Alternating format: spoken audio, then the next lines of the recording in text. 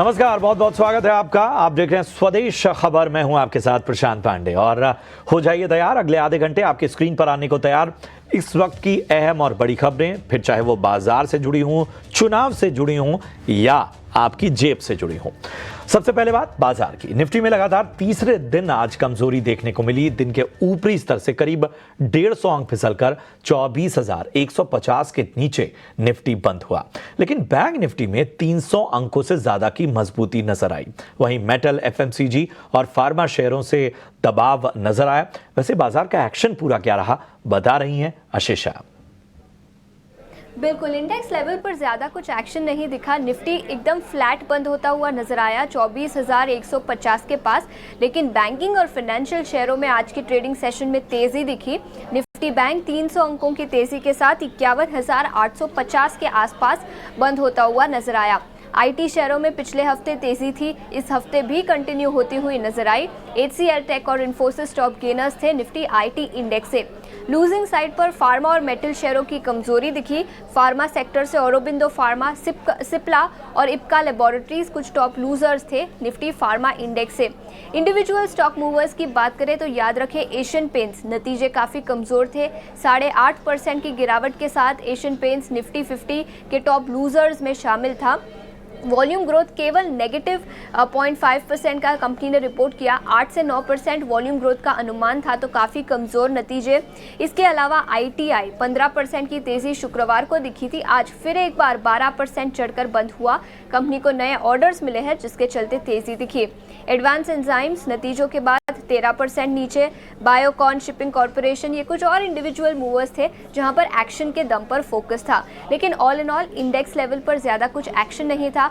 IT sector में जो पिछले हफ्ते तेजी दिखी थी वो कंटिन्यू होती हुई नजर आई, लेकिन फार्मा और मेटल शेयरों में आज कमजोरी दिखी। शुक्रिया आशीषा इस अहम जानकारी के लिए। चलिए अब बढ़ते हैं अपने खास सेगमेंट 5 का पंच की तरफ, जहां मेरे सहयोगी रविंद्र आपको बताएंगे कि आखिर किन शेयरों और सेक्टर ने लगाया मार्केट में एक्शन भरा पंच। जी रविंद्र। शुरुआत करते हैं एशियन पेंट से, जहां पर कंपनी ने अपनी दूसरी तिमाही के रिजल्ट अनाउंस किए हैं और कंपनी का जो रेवेन्यू है उसमें हमें 5% की गिरावट देखने को मिली है ईयर ऑन ईयर बेसिस पर। अगर बात करें नेट प्रॉफिट की, तो नेट प्रॉफिट में भी हमें जो है 42% की गिरावट देखने को मिली है ईयर ऑन ईयर बेसिस पर। अगर बात करें एबिटा मार्जिन की, तो एबिटा मार्जिन हमें जो है 20.2 से घटकर जो है 15.4 पर देखने को मिला है। वही बात करें वॉल्यूम्स की, तो वॉल्यूम्स में हमें जो है 0.5% की डिक्लाइन देखने को मिल रही है। तो ओवरऑल जो नंबर है एशियन पेंट का वीक आया है, जिसके वजह से हमें जो है 7 से 8% से ज़्यादा की गिरावट देखने को मिली थी। अब अगला शेयर्स देखते हैं PFC, जहां पर बर्नस्टीन ने अपनी ब्रोकरेज नोट निकाली है PFC पर, और उन्होंने अपनी आउट परफॉर्म रेटिंग को मेंटेन रखा है और टारगेट प्राइस जो है 620 का रखा है। बर्नस्टीन का कहना है कि कंपनी का जो एसेट क्वालिटी है वो कंटिन्यू इम्प्रूव हो सकता है और निम्स और रिटर्न में भी हमें इम्प्रूवमेंट देखने को मिल सकती है। इसी के साथ साथ CLSA ने भी अपनी ब्रोकरेज नोट निकाली है PFC पर, और उन्होंने अपनी आउट परफॉर्म रेटिंग को मेंटेन रखा है और टारगेट प्राइस जो है 610 का रखा है।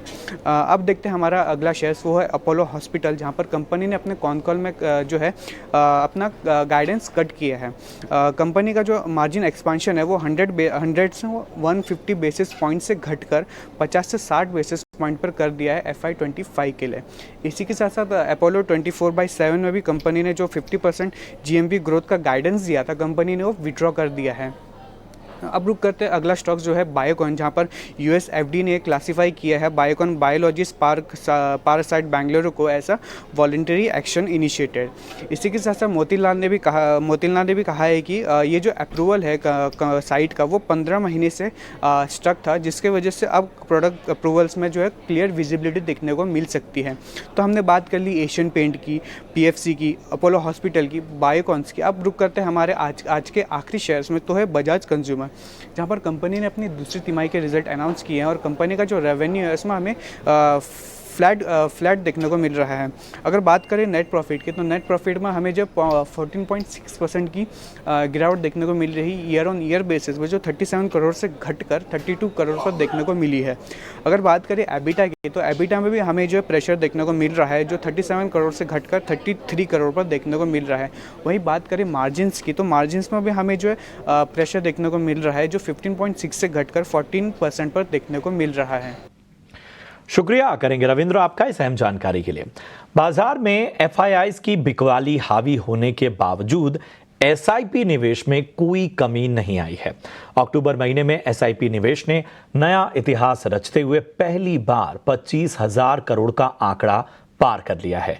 पूरी जानकारी के साथ मेरे सहयोगी शरद दुबे जुड़ चुके हैं। शरद, ये हमारे डोमेस्टिक इन्वेस्टर्स की ताकत को दर्शाता है, बताएं।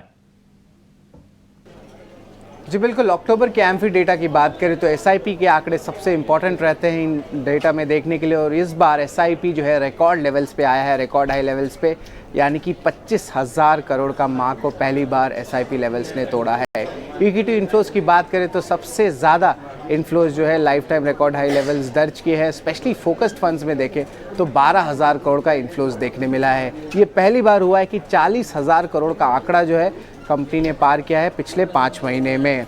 इसके अलावा थीमेटिक और सेक्टोरल फंड्स की बात करें तो पिछले महीने ये आंकड़ा 12,000 करोड़ का इनफ्लो था, अब ये घट के जो है लगभग सिर्फ 380 करोड़ तक आ गया है। अब बात करते हैं स्मिड स्कीम्स की। स्मिड स्कीम्स होता है स्मॉल मिड कैप स्कीम्स, यहाँ पे लगातार तीसरे महीने फ्लोज में स्ट्रेंथ दिखने मिल रही है।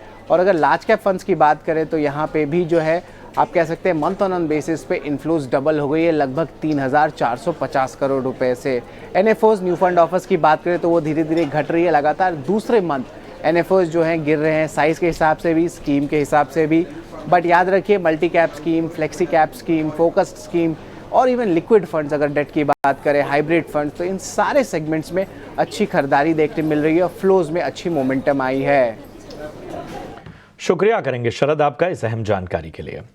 इस बीच दूसरी तिमाही के नतीजों का सीजन अब आखिरी दौर में है। अब तक आए नतीजे कैसे रहे हैं, मेरे सहयोगी वरुण दुबे की ये रिसर्च देखिए।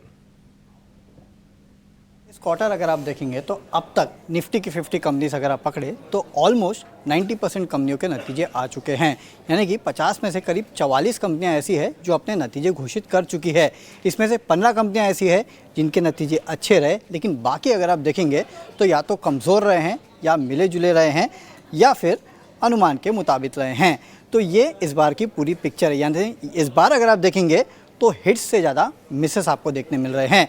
जिन सेक्टर में अच्छा प्रदर्शन देखने मिला है उसमें खासकर अगर आप देखेंगे तो कुछ चुनिंदा सेक्टर्स है, जैसे कि आईटी है, हेल्थ केयर है, रियल एस्टेट है, ये ऐसे कुछ 2-3 सेक्टर्स है जहाँ पे आउट परफॉर्मेंस देखने मिला है। बाकी अगर आप बात करें तो banks, auto, pharma, capital goods, chemicals, ये मिक्स रहे हैं। और कमज़ोरी में खासकर अगर आप देखेंगे तो कंजम्पशन, यहाँ पे सबसे ज़्यादा हिट देखने मिला है।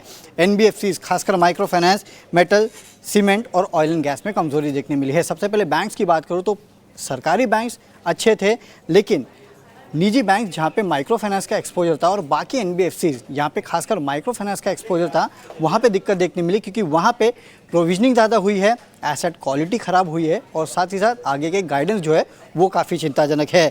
इसके अलावा अगर मैं बात करूँ कंजम्पशन स्पेस की, तो देखिए अब तक कंजम्पशन स्पेस डिपेंड करता था अर्बन कंजम्पशन पे, क्योंकि रूरल में दिक्कतें थी। लेकिन इस बार अगर आप देखेंगे तो अर्बन की हालत जो है काफ़ी हद तक ख़राब होते हुए नजर आई है। रूरल में थोड़ा बहुत अपटेक देखने मिला है, लेकिन मार्जिन्स कंपनीज को सफ़र करना पड़ा है, वॉल्यूम ग्रोथ पे कंपनियों ने सफ़र किया है। और साथ ही साथ अगर आप देखेंगे तो ओवरऑल नतीजे काफ़ी हद तक मिले जुले, बड़ों जो दिग्गज प्लेयर्स हैं उनमें कमज़ोर देखने मिले हैं। हालांकि क्विक कॉमर्स यहाँ पे अच्छा रहा है। आईटी सेक्टर पहली तिमाही के मुकाबले दूसरी तिमाही अच्छी रही है। वहीं बीएफएसआई सेगमेंट अगर आप देखेंगे तो वहाँ पे एक टर्न अराउंड देखने मिल रहा है, ये इनके लिए अच्छी है। और डिस्क्रिशनरी खर्च जो है उसमें भी पूरी तरह से रिकवरी हालांकि नहीं हुई है, लेकिन हाँ थोड़े बहुत ग्रीन शूट्स है। इसके अलावा ऑटो की बात करें तो यहाँ पे नतीजे अगर आप देखेंगे तो मिले जुले रहे हैं। कमेंट्री लेकिन अगर आप देखें तो कमज़ोर है। और साथ ही साथ याद रखिएगा फेस्टिवल सीज़न, इसकी ऊपर क्या कहते हैं, ये सब के ऊपर फोकस था, सबकी नज़र इस पर थी। और कमेंट्री जो है वो कुछ खास निकल के नहीं आई है अगर आप ये देखेंगे तो। हालांकि सीवी सेगमेंट जो है वहाँ पे अच्छे, यूज्ड व्हीकल जो है वहाँ पे थोड़ी बहुत डिमांड जो है वो अच्छी देखने मिली है। तो टॉप सेक्टर्स अगर आप देखेंगे तो खासकर ऑटो हो गया, आईटी हो गया, कंजम्पशन हो गया, बीएफएसआई हो गया, इनमें कुछ खास ट्रेंड नहीं देखने मिला है। पूरा का पूरा अगर आप इस बार के नतीजे देखेंगे तो आपको मिसेस ज़्यादा देखने मिले हैं, हिट्स काफ़ी कम है। शुक्रिया वरुण आपका इस डिटेल्ड जानकारी के लिए। बढ़ते आगे, सोलर कंपनियों को लेकर एक्सक्लूसिव खबर आ रही है। सरकार 8,000 मेगावाट के प्रोजेक्ट के लिए बोली बुला सकती है। खबर की ज्यादा जानकारी के साथ प्रकाश प्रियदर्शी मेरे सहयोगी जुड़ चुके हैं। जी प्रकाश, बताएं क्या है पूरी जानकारी। देखिए, सोलर सेक्टर के लिए काफ़ी इंपॉर्टेंट डेवलपमेंट है। सूत्रों के हवाले से जो जानकारी हमें मिल रही है उसके हिसाब से सरकार न्यू सोलर प्रोजेक्ट्स के लिए बिड इनवाइट कर सकती है। चालू वित्त वर्ष में करीब 8000 मेगावाट कैपेसिटी के लिए बिड इनवाइट किए जाएंगे। काफ़ी इंपॉर्टेंट डेवलपमेंट है और सूत्र हमें बता रहे हैं कि ये जो एडिशनल सोलर प्रोजेक्ट्स के लिए बिड इनवाइट किए जाएंगे, दरअसल जो पीएम सूर्य घर मुफ्त बिजली योजना और कुसुम योजना के तहत जो प्रोजेक्ट्स हैं उससे अलग होंगे। तो ये काफ़ी इंपॉर्टेंट डेवलपमेंट है। इसके अलावा ये जो प्रोजेक्ट्स हैं वो तमिलनाडु, राजस्थान, गुजरात और कर्नाटका जैसे राज्यों में इनवाइट किए जाएंगे। अभी तक जो ओवरऑल इंस्टॉल सोलर कैपेसिटी है वो करीब 90 गीगावाट के आंकड़े को पार कर गया है। सरकार की योजना ये है कि 2030 तक जो ओवरऑल रिन्यूएबल एनर्जी कैपेसिटी है उसको 50% से ज़्यादा करना है। इस दिशा में ये काफ़ी इंपॉर्टेंट डेवलपमेंट साबित हो सकता है, इसलिए एडिशनल कैपेसिटी जो है वो इनवाइट किए जा रहे हैं। पहले ही सरकार ने करीब 38 गीगावाट की कैपेसिटी के जो सोलर प्रोजेक्ट्स हैं, जो न्यूली आइडेंटिफाइड जो सोलर पार्क्स हैं उसके तहत उसको अप्रूव कर दिया है और अब एडिशनल कैपेसिटी जो नॉर्मल सोलर प्रोजेक्ट्स हैं उसके लिए इनवाइट किए जा रहे हैं। इसके अलावा इंडिया की जो एनर्जी डिमांड है उसमें लगातार बढ़ोतरी हो रही है। उम्मीद ये है कि ये 8% के आंकड़े को पार करेगा। सालाना आधार पर देखें जो एनर्जी डिमांड है और अगले कुछ सालों के दौरान ये जो आंकड़ा है रोजाना आधार पर देखें जो एनर्जी डिमांड की है वो 400 गीगावाट के आंकड़े को भी पार कर सकता है, जो कि एस्टिमेटेड है। इस बात को ध्यान में रखते हुए एक तरफ जहां सोलर कैपेसिटी ऐड किए जा रहे हैं, वहीं दूसरी तरफ जो ट्रेडिशनल पावर प्रोजेक्ट्स हैं, जो कि थर्मल पावर प्रोजेक्ट्स हैं, उसमें भी बढ़ोतरी की जा रही है और 80,000 मेगावाट की कैपेसिटी के जो पावर प्रोजेक्ट्स हैं वो ऐड किए जाएंगे। थर्मल पावर प्रोजेक्ट की जहाँ तक बात है, इसकी घोषणा सरकार पहले ही कर चुकी है। अब उसी कॉन्टेक्स्ट में करीब 12,000 मेगावाट कैपेसिटी के जो थर्मल पावर प्रोजेक्ट्स हैं उसके लिए भी बिड इनवाइट किया जाएगा। तो एक तरफ सरकार जहाँ जो रिन्यूएबल एनर्जी प्रोजेक्ट्स हैं उसके लिए भी बिड इनवाइट कर रही है, जो थर्मल प्रोजेक्ट्स है उसके लिए भी बिड इनवाइट कर रही है। मकसद ये है कि ओवरऑल कैपेसिटी रिन्यूएबल का भी बढ़े और थर्मल का भी बढ़े, ताकि जो इंडिया की जो ग्रोइंग एनर्जी डिमांड है उसको पूरी की जाए। शुक्रिया करेंगे प्रकाश आपका। बढ़ते हैं आगे।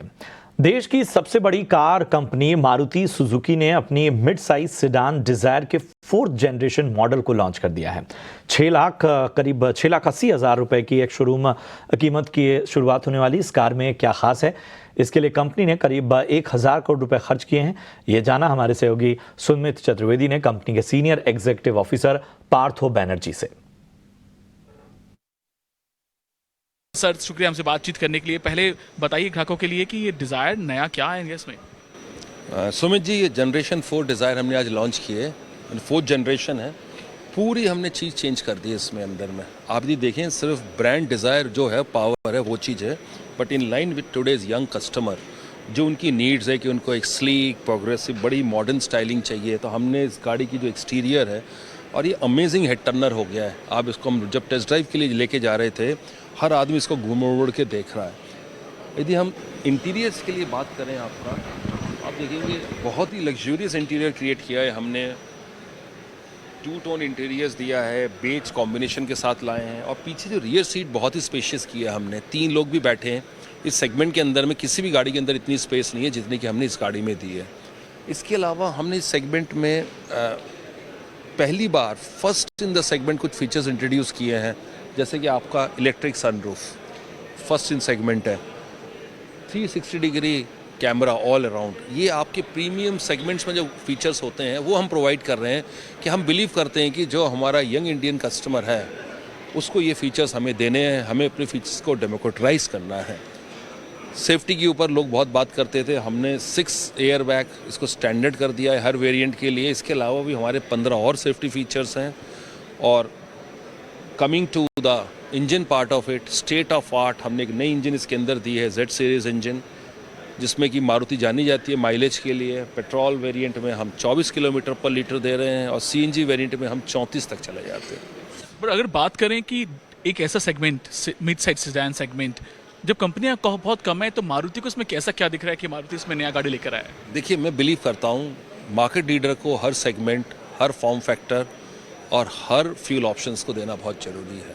हम मार्केट लीडर हैं, और आज के तारीख में डिज़ायर में हमने पिछले साल भी तकरीबन 1,65,000 गाड़ी बेची है। तो हमें लगता है कि एक बहुत बड़ा कस्टमर है जिसको कि हमें ऑप्शन देना चाहिए। और दूसरी बात है, इस गाड़ी के अंदर में जो हमने प्रोडक्ट क्लिनिक किया है उसमें जो लाइकेबिलिटी एंड प्रेफरेंस आई है उसमें एंट्री कॉम्पैक्ट एसयूवी के कस्टमर्स भी जो हैं इस गाड़ी को उन्होंने बहुत पसंद किया है। सेफ्टी एक बड़ा फोकस है, 5 स्टार आपको एनकैप रेटिंग मिला है, ग्लोबल एनकैप। इसके बाद इसके शुरुआत करके आप और भी सेफ्टी अचीव करेंगे। भारत एनकैप में जाने का इरादा है क्या आपका? देखिए, हमारी गाड़ी शुरू से सेफ़ है, हम बोलते आए हैं, हम प्रोवाइड कर रहे हैं। ये तो आप मीडिया दोस्त लोग इस चीज़ को बोला करते थे, बट आज के तारीख में ऐसा आपने खुद ने कहा कि भाई ग्लोबल रेटिंग एजेंसीज इनको हाईएस्ट रेटिंग दे रही है। हमारी गाड़ियाँ जो हैं बिल्कुल ऑल टाइम सेफ़ है, इसमें कोई सोचने की बात ही नहीं है। चलिए, तो बड़ी दिलकश स्टाइलिंग के साथ सामने आई है स्विफ्ट की नई डिजायर। मुंबई हो या दिल्ली या पटना, पूरे देश में प्याज की आसमान छूती कीमत लोगों के आंसू निकाल रही है। मुंबई में प्याज की कीमत 75 से 80 रुपए प्रति किलो हो चुकी है। दिवाली के बाद आखिर क्यों प्याज की कीमत में उछाल आया, लोग इसकी मार से कितने परेशान हैं, ये जाना ग्राउंड रिपोर्ट में मेरी सहयोगी आस्था चोपड़ा में मुंबई के दादर मंडी में रियलिटी चेक करके। हम यहाँ दादर मार्केट में हैं और हम बात कर रहे हैं प्याज के दामों की, जो कि फिर एक और बार उन्होंने बहुत ज़्यादा ऊंचाइयाँ छू रखी हैं। दिवाली के बाद ही यहाँ पे रिटेलर्स और होलसेलर्स ये बता रहे हैं कि दाम लगभग डबल हो गए हैं।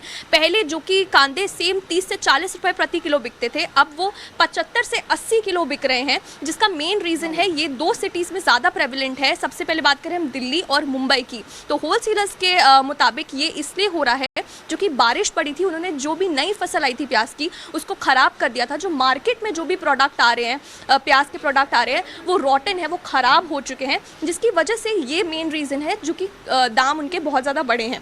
नए क्रॉप्स और भी आ रहे हैं दूसरे स्टेट में भी, हम बात करें अगर गुजरात और राजस्थान की भी, लेकिन अभी तक उनमें इतने ख़राब प्रोडक्ट नहीं हैं जितने दिल्ली और मुंबई में आ रहे हैं। तो यही मेन मुद्दा है। क्योंकि प्याज के दाम बहुत छू रहे हैं आसमान, क्योंकि ये जो पहला क्रॉप आता है जिसका एवरेज डे 3 से 3.5 महीने होता है।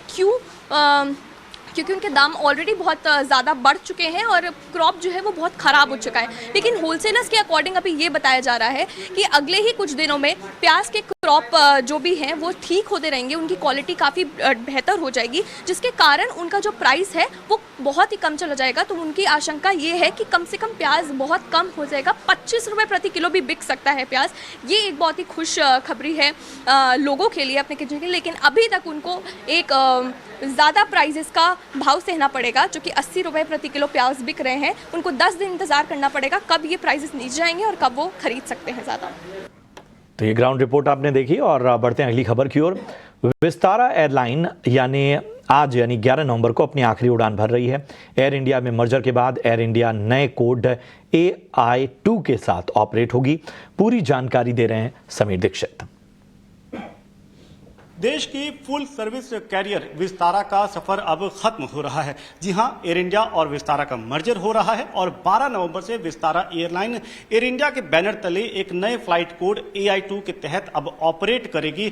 लेकिन विस्तारा एयरलाइन जो कि जनवरी 2015 में अपने अस्तित्व में आई, क्योंकि तब साल 2012 में तत्कालीन सरकार ने एविएशन सेक्टर में FDI विदेशी निवेश को मंजूरी दी थी और विस्तारा एयरलाइन जो कि एक ज्वाइंट वेंचर था टाटा सिंगापुर एयरलाइंस के बीच में, जिसमें सिंगापुर एयरलाइन की हिस्सेदारी 49% की थी। तो जनवरी 2015 से विस्तारा एयरलाइन का सफर शुरू होता है और पिछले 9 सालों में विस्तारा एयरलाइन ने हजारों लाखों हवाई मुसाफिरों को उनके मंजिल तक पहुंचाने का अहम भूमिका निभाई, अलग अलग रूट में ऑपरेट किया। लेकिन अब 9 साल बाद टाटा ग्रुप ने, जिसने एयर इंडिया की जिम्मेदारी या एयर इंडिया को ओन किया, अब उसका एक बड़ा प्लान है कि वो एक यूनिफाइड एयरलाइन के साथ में आगे बढ़ेगी और इस यूनिफाइड एयरलाइन के तहत उन्होंने एयर इंडिया और विस्तारा को मर्ज करने का फैसला लिया है। ये मर्जर 12 नवंबर से ये लागू हो जाएगा। लेकिन 9 सालों की जो लीगेसी है विस्तारा एयरलाइन की, इसको भुनाने के लिए, इसको बरकरार रखने के लिए मैनेजमेंट ने कुछ बड़े फैसले लिए हैं। सबसे बड़ी बात यह है कि विस्तारा एयरलाइन को आप पहचान पाएंगे AI2 के कोड के जरिए। दूसरी बात यह है कि जो उसका कैबिन क्रू है वो बरकरार रहेगा। विस्तारा जिस रूट पे ऑपरेट करती थी उसी रूट पर ऑपरेट करेगी और उसका जो अन्य प्रोडक्ट हैं या सर्विसेज हैं वो सेम ही रहेंगे, उसमें कोई बदलाव नहीं होगा। जहां तक रही लॉयल्टी प्रोग्राम की बात, तो लॉयल्टी प्रोग्राम एयर इंडिया के लॉयल्टी प्रोग्राम के साथ मर्ज हो चुका है और वो शिफ्ट भी, मेंबर्स का शिफ्ट भी हो रहा है। एक बड़े आंकड़े के तौर पर अगर आप देखें तो एयर इंडिया का कहना है कि मर्जर के बाद शुरुआत की जो 1 महीना है उसमें 1,15,000 मुसाफिर जो हैं जिन्होंने विस्तारा के साथ में बुकिंग करी है वो अब यूनिफाइड एयर इंडिया एयरलाइन के साथ में वो अपना सफर करेंगे। यानी कि लोगों के बीच में विस्तारा ने अपनी अच्छी खासी जगह बनाई हुई थी, तो उस लेगेसी को जरूर बरकरार रखेगी। लेकिन इस मर्जर के साथ फिलहाल भारतीय आकाश में अब सिर्फ एक ही फुल सर्विस कैरियर बचेगा, यानी कि वो टाटा ग्रुप की यूनिफाइड एयरलाइन है। और टाटा ग्रुप का मानना है कि इस एक यूनिफाइड एयरलाइन के जरिए वो अपने ब्रांड वैल्यू को ऊपर उठा पाएंगे, एविएशन सेक्टर में एक बेहतर नाम बना पाएंगे और 90 से ज्यादा डोमेस्टिक और इंटरनेशनल डेस्टिनेशन को सर्व कर पाएंगे। ये वो डेस्टिनेशन है जो अभी कोड शेयर से अलग है, यानी कि कोड शेयर के अगर उन डेस्टिनेशंस को मिला ले तो ये आंकड़ा बहुत ऊपर हो जाएगा और एयर इंडिया का जो दबदबा है वो उसको बढ़ाने में काफी हद तक कामयाब हो पाएगी। शुक्रिया समीर इस अहम जानकारी के लिए। चलिए इसी के साथ वक्त हो गया एक छोटे से ब्रेक का, फौरन हाजिर होते हैं। ब्रेक के उस पार आपको महाराष्ट्र की चुनाव यात्रा दिखाएंगे।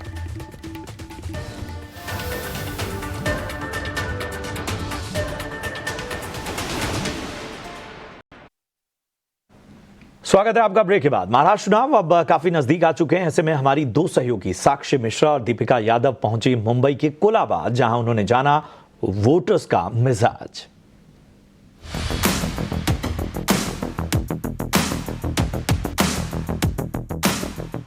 महाराष्ट्र विधानसभा चुनाव पर बड़ी कवरेज, महाराष्ट्र का महायुद्ध, आप सभी का बहुत स्वागत है। नमस्कार, आप सबके साथ में मैं हूँ साक्षी मिश्रा। अपना कारवा लेकर आज चलते हैं कोलाबा सीट की ओर और जानते हैं क्या कहती है कोलाबा की जनता।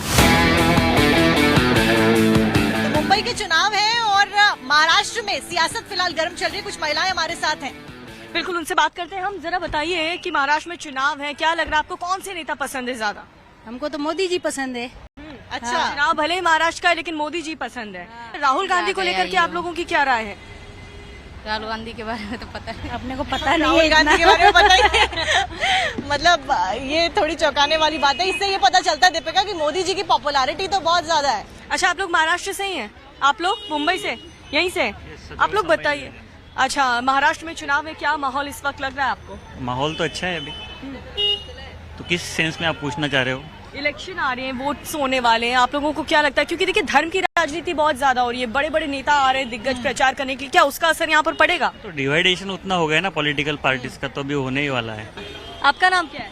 पावन गोस्वामी। यहीं से हो? ના ગુજરાત ગુજરાતથી છો તમે અને અહીંયાની રાજનીતિને કઈ ખબર છે ઇલેક્શન થવાનું? ના નથી ખબર। लीडर कौन सा पसंद है सबसे अच्छा, देश के लिए कौन अच्छा काम कर रहा है? मोदी। और महाराष्ट्र के लिए कौन अच्छा है? वो पता नहीं, गुजरात में तो अमित शाह और मोदी ही है बस। आप कहाँ से हैं? सोलापुर। महाराष्ट्र से हैं। इलेक्शन आ रहे हैं, कुछ पता है? सही है। क्या लग रहा है, कौन जीत रहा है, कौन सरकार बना रहा है? हमारे तरफ में हाँ। बीजेपी बनाएगी। अच्छा, क्यों बीजेपी, क्यों?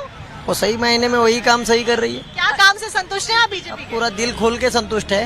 बताएं, जैसे कि कोई एक अच्छा- जैसा जो देखने में मुंबई में लायक जो बनाने वाला था वो काम बन गया ना, अभी कुछ बनना बाकी है।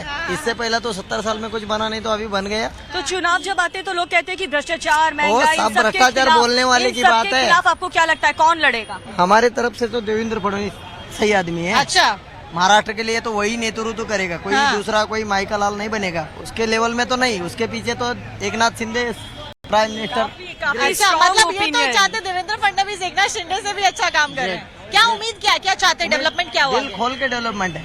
अच्छा। वो जब से 2.5 साल में जितना किए ना, हाँ।